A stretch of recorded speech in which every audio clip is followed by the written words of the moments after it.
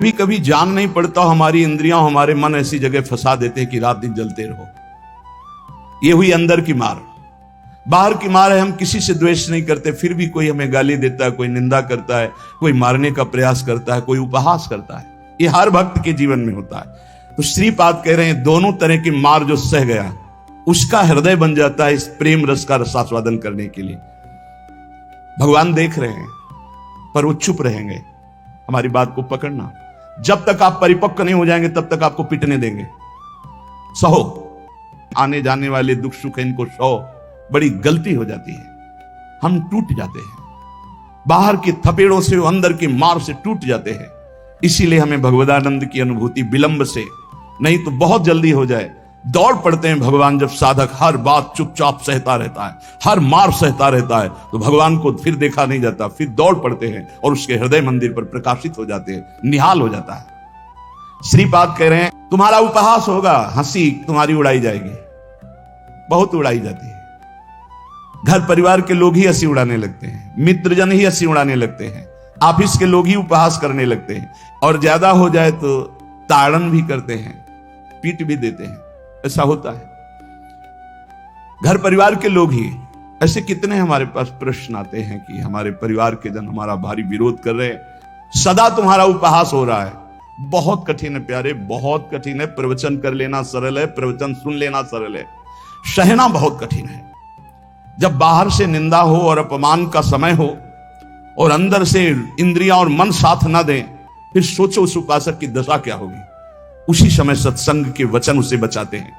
यदि शास्त्र और सत्संग का स्वाध्याय और श्रवण है तो बच जाओगे, नहीं तो मार देंगे अंदर के शत्रु और बाहर के शत्रु। ये परमार्थ बहुत बड़ी वस्तु है, बहुत बड़ी वस्तु, अनंत जन्मों की बिगड़ी बनने वाली। बस गेम है, थोड़ा सह जाओ, आगे निकल जाओगे, पर बहुत कठिन है। हम इसलिए कह रहे हैं किसी मार्ग पर चल कर बोल रहे हैं। ऐसे पढ़ करके प्रवचन कर लेना अलग है, लेकिन छाती में वार सह के और फिर कदम बढ़ाना, वो आह ही निकलती है। वो प्रभु का बल ही काम करता है। वो आपको गिराने की कोशिश करेगा, उठाने की कोशिश नहीं करेगा। उठा सकते हैं तो महापुरुषों के वचन और भगवान के वचन जो शास्त्र कहे, बकाया और कोई नहीं। सह जा इनको तो हिम्मत आती है। जो सह गया वही परम पद का अधिकारी हो गया, वही अमृत पद का अधिकारी। हिम्मत बनती, चलो चलो और आगे बढ़ो, सहो। हृदय में विषाद नहीं होना चाहिए। आपका उपहास होगा, तिरस्कार होगा, गाली मिलेगी, निंदा मिलेगी। हो सकता है तुम्हारे मित्र तुम्हारा त्याग कर दें, परिवार के लोग तुम्हारा त्याग कर दें, ऐसा भी हो सकता है। हो सकता है कि तुम्हारे खाने पीने की व्यवस्था में भी व्यवधान पड़ जाए। हो सकता है कि आपको ग्रास लाभ के लिए भी परेशानी आ जाए। व्यवहार में प्रायः लोग तुम्हें मूढ़ ही समझे ऐसा व्यवहार करना। बहुत विद्वान हो, बहुत ज्ञानी हो, ऐसा करोगे तो फंस जाओगे। अपने को छुपा करके भजन बढ़ाओ। जब तक परिपक्व ना हो जाए तब तक कोई जान न पावे कि तुम इतने भजनानंदी हो, तुम ज्ञानी हो, तुम भगत हो। अकिंचनों के परम धन श्री भगवान होते हैं। अपने गुणों का प्रकाश मत करो, बालवत रहो। दूसरे के द्वारा किया हुआ तिरस्कार, अपमान, निंदा, उपहास सह जाओ। हो सकता है तुम्हारी परिस्थिति ऐसी बिगड़ जाए कि भोजन आदि की भी व्यवस्था नहीं, पर चिंता मत करना, पूरा जगत तुम्हें नमस्कार करेगा, ऐसी स्थिति जागृत होगी। ये बात आखिरी परिणाम को जो देखता है वो दौड़ता चला जाता है परमार्थ में। जो वर्तमान में शरीर की व्यवस्था देखता है वो हार जाता है। घर बैठे भगवत प्राप्ति का उपाय कह रहे हैं, शास्त्रों में लिखा है, संतों ने कहा है, जीव ही ब्रह्म है, जीव शिवा, शिव जीवा। जो शिव है सब में विराजमान है, वही तत्व है। वो अपने स्वरूप को भूल गया, शिवहम, और इस देह भाव को प्राप्त हो गया तो जीवत्व तो उसके आगे जीव कह दिया गया। ऐसे ही शरीर पांच भौतिक है, स्त्री पुरुष इस शरीर का संबोधन है, उत्तम अधम इस शरीर को लेकर के है। वो सच्चिदानंद तत्व एक निर्विकार अनंत घड़ों में एक ही प्रकाशित हो रहा है। जब जीव, श्री तुकाराम जी महाराज कहते हैं, बहुत आनंद का विषय ये साधक के लिए, जब जीव ब्रह्म ही है, ब्रह्म से भिन्न नहीं है, यदि ये संत वचन सत्य हैं, शास्त्र सिद्धांत सत्य है, संतों का अनुभव सत्य है, तो ये सबको प्रतीत क्यों नहीं हो रहा कि सब ब्रह्मानंद स्वरूप हैं? क्यों नहीं प्रतीत हो रहा? भगवान सर्वगत हैं, सब में हैं, समरूप हैं, बराबर, कमी बेसी नहीं कि चींटी में छोटा भगवान है, हाथी में बड़ा भगवान है। वो आत्म तत्व देवता में, ब्रह्मा में, चींटी में, हाथी में, सब में समान है।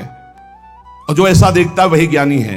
विद्या विनय संपन्न ब्राह्मण में, गाय में, हाथी में, कुत्ते में, चांडाल में एक ही परमात्मा तत्व को देखता है, वही परम ज्ञानी महात्मा पंडित कहा जाता है। इतना सुलभ परमात्मा सर्वत्र है, फिर तुम अनुभव क्यों नहीं कर पा रहे? तुकाराम जी प्रश्न कर रहे हैं, तुम क्यों नहीं अनुभव कर पा रहे हो? वह परमात्मा अखंड आनंद स्वरूप है, वह परम पवित्र है, रम्य है, तो तुम सुख के लिए भोगों में क्यों घूम रहे हो? अखंड सुख परमात्मा स्वरूप को क्यों अनुभव नहीं कर रहे हो? सब जीव क्यों नहीं दौड़ पड़ते भगवान की तरफ? जब सुख सिंधु भगवान है तो झूठे सुख माया की तरफ लग के क्यों नहीं दौड़ पड़ते? कौड़ी कौड़ी के लिए रात दिन मरा करते हैं, कहीं भी सुखानुभूति नहीं, चिंता शोक भय अशांति। इस संसार से किनारा काट के क्यों नहीं भगवान को प्राप्त कर लेते? ये भाव नदी बड़ी दुस्तर है, मोह माया रूपी, विषय वासना रूपी ऐसा जल भरा है कि इसको काट कर निकल पाना बड़ा कठिन है। संसार इसी दुख में गोते खा रहा है। सुख समुद्र भगवान में क्यों नहीं? जबकि सबके हृदय में, सबके समीप है, सबके साक्षी, सब रूपों में है, और वही आनंद स्वरूप है, और उन्हीं की हम खोज कर रहे हैं, आनंद समुद्र की। पर क्यों नहीं इस संसार से राग हटा के क्यों नहीं परमात्मा का भजन करते? श्री तुकाराम जी कहते हैं यही सबसे बड़ा आश्चर्य है माया का। यही माया का सबसे बड़ा आश्चर्य है कि आनंद सिंधु भगवान सबके हृदय में है, सब रूपों में विराजमान है। और सही पूछो तो आनंद सिंधु का बच्चा आनंद सिंधु के समीप बिल्कुल है, बस कूदने की जरूरत है। पर वो इधर ना मुड़ करके वो इधर मुड़ा हुआ संसार की तरफ है। जीव ऐसी उल्टी बोली बोलता है कि संतों को उनकी बात सुनकर हंसी आती है। वो उल्टी चाल चलते हैं। भगवान इधर है दाहिने, वो सदैव बाएं चलेंगे, बाएं बात वाम मार्ग में चलेंगे। शास्त्र के विपरीत चलना बाएं मार्ग में चलना है। अरे भाई उल्टा बोलना छोड़ दो, उल्टा चलना छोड़ दो, अभी आनंद में डूब जाओगे। अरे पूछो मत, उल्टा बोलना शुरू करे तो कान में अंगुली देने लग की बात आ जाए। उल्टा चल रहे हैं, उल्टा बोल रहे हैं, बहुत। और इंद्रियां मन इतने दुष्ट हैं कि पूछो मत, जरा सी चूक हो जाए नरक में फेंक दें। सही मार्ग में आओ। मैं प्रभु का हूं, मैं मुक्त ही हूं, मुझे मुक्त नहीं होना। मैं महान सुखी हूं। किसी के भी पूछने पर मत कहो मैं दुखी हूं। किसी के पूछने पर मत अपनी समस्याएं बताओ। किसी के पूछने पर मत कहो कि मैं ऐसा हूं। नहीं, जैसा बोलोगे वैसे ही सत्य भाव होता चला जाएगा। दुख है लेकिन नहीं, मैं दुखी नहीं, ये मन बुद्धि इंद्रियों का खेल है, मैं सच्चिदानंद भगवान का अंश हूं। निकल जाओगे माया से। सचमुच मन के अनुकूल चलोगे तो ताला बंद होता चला जाएगा ब्रह्मानंद का। और मन के प्रतिकूल बाएं घुमा दो अर्थात प्रभु की तरफ, अभी आनंद में डूबे। बड़ा दुष्ट है, बड़ा दुष्ट है मन। ये हम ऐसे नहीं बोल रहे, खूब जांच के बोल रहे हैं, खूब जांच के बोल रहे हैं। ए भाई, कभी मन को दुलार करने में मत फंसना, नहीं किया कराया सब चौपट कर देगा। हमारे शब्द लिख लो, जो मन को दुलार करने में फंस गए, जो मन कहे वही करो, नष्ट हो जाते हैं, बहुत बुरी तरह नष्ट हो जाते हैं।